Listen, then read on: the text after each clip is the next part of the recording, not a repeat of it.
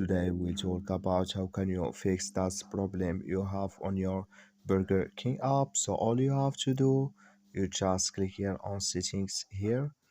So then it's going to take you to this list and you go down here. Then you click here on apps.